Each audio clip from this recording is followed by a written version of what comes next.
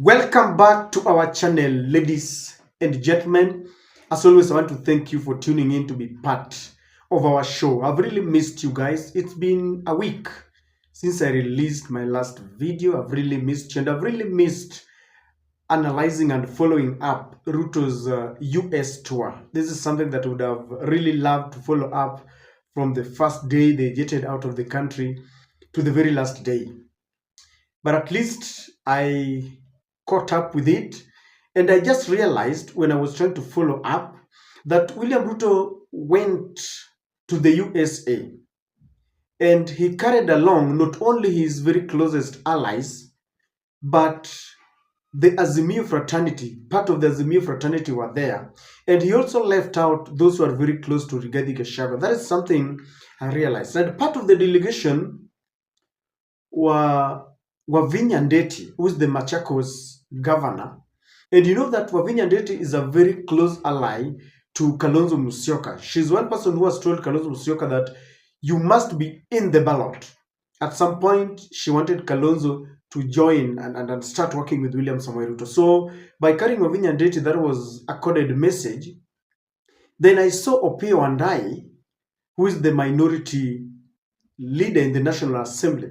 And for those who follow the politics of the country, you know that Opiyo Wandayi is a very, very close ally of Raila Amolo Odinga. At some point, the eldest brother to Raila, Oburu Odinga himself, had proposed that in the event that Raila should now stay away from active politics, when he takes a break or he retires, then Opiyo Wandayi should take over as a looking pen. That is one thing that you've seen.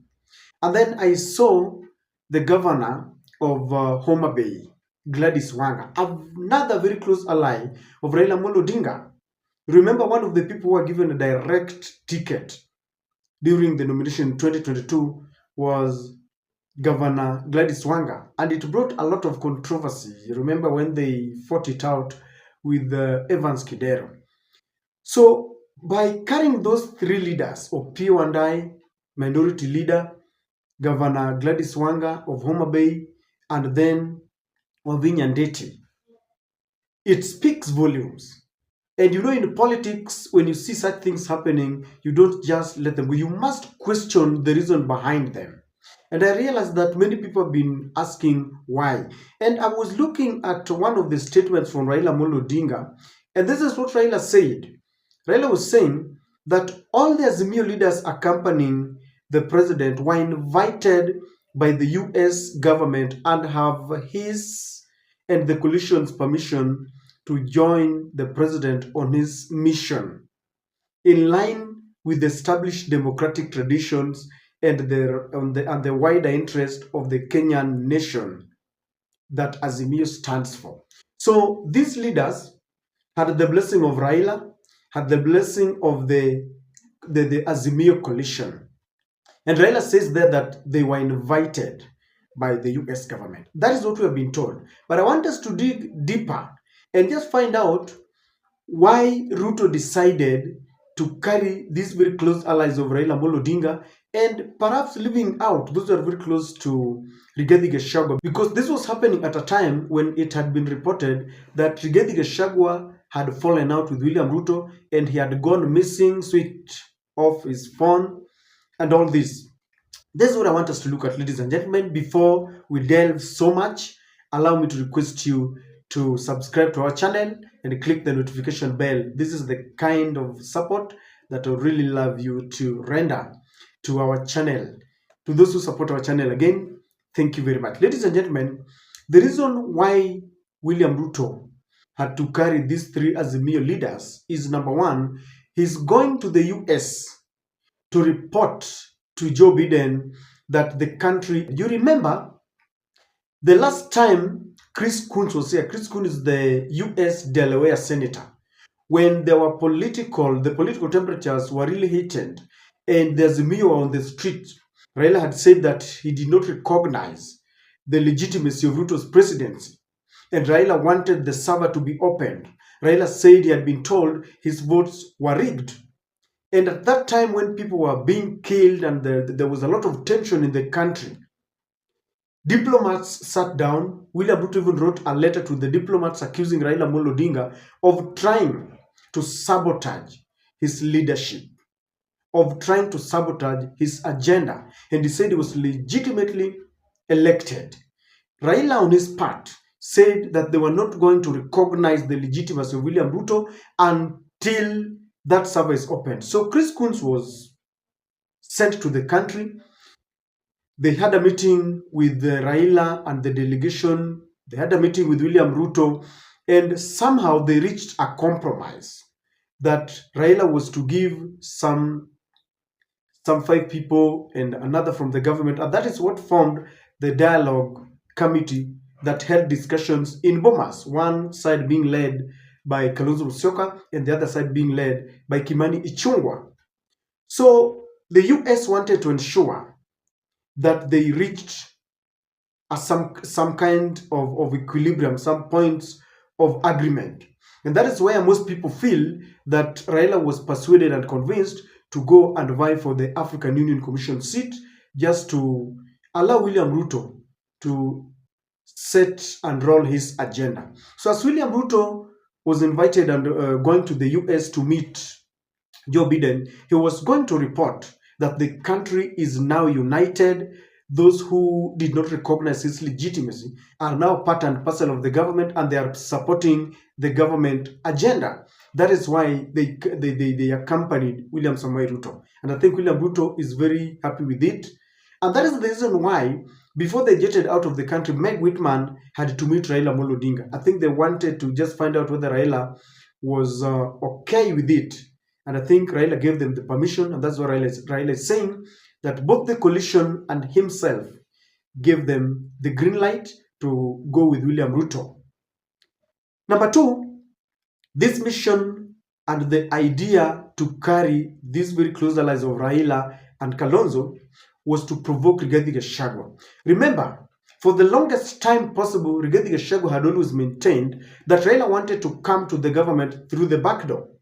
And he had informed us that he was going to sit by the gates of State House, so that whenever Raila tries to get into State House, then he will be taking notes. He will be asking Raila, what do you want? And he will be saying, this one no, this one yes, this one yes. He would be keeping check. Now, it's very funny that the closest people to Raila are not only in State House, but they visited White House. They accompanied William Ruto away from the country.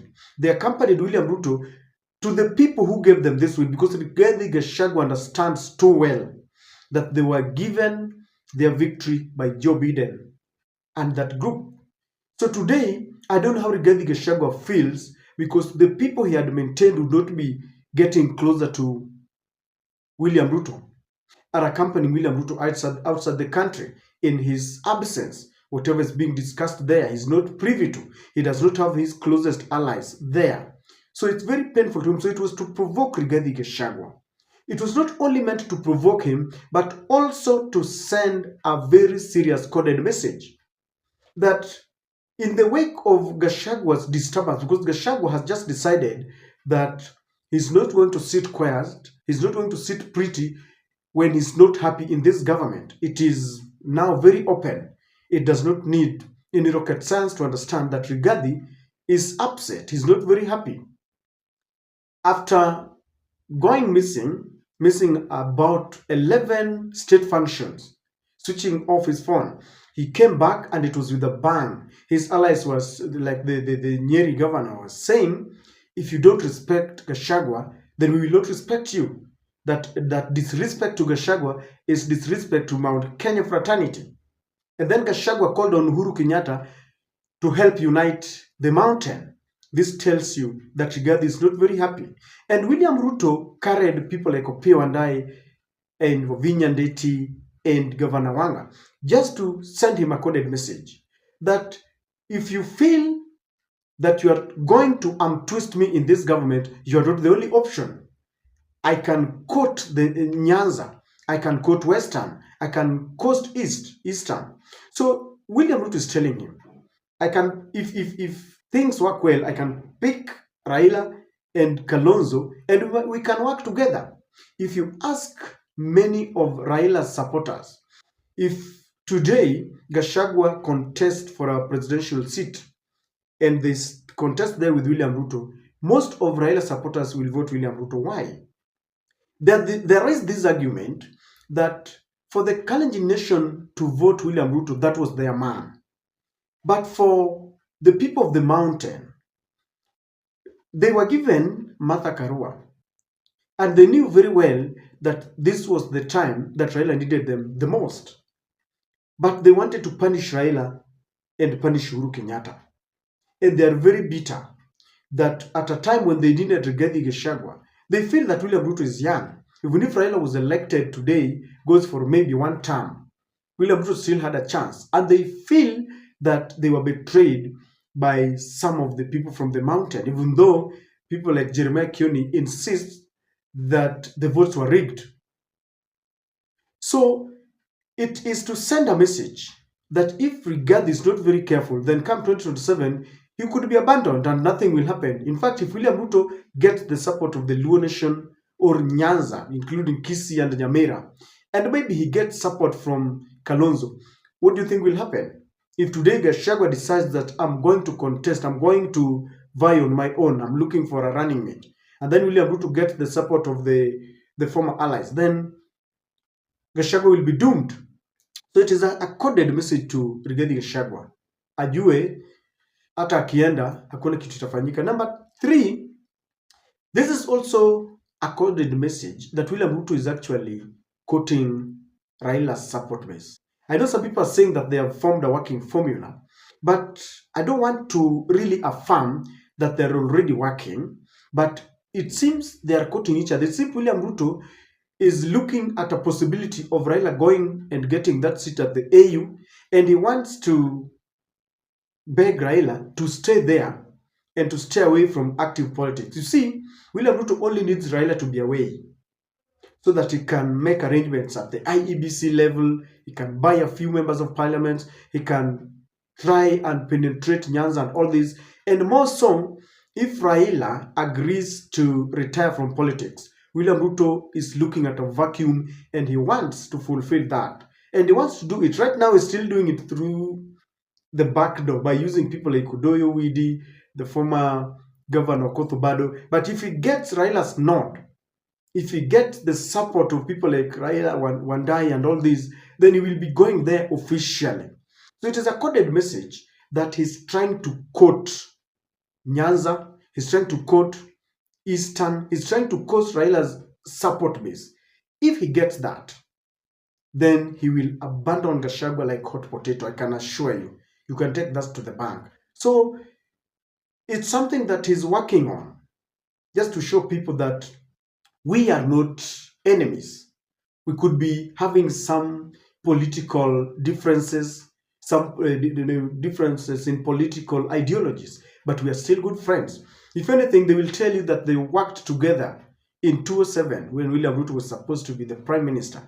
You know what happened when Kibaki took power. So it is a message to Raila supporters that we could be working on something. Because truth be told, if Raila did not want these people to go, Wandai and Wanga, they wouldn't have accompanied William Samoei Ruto.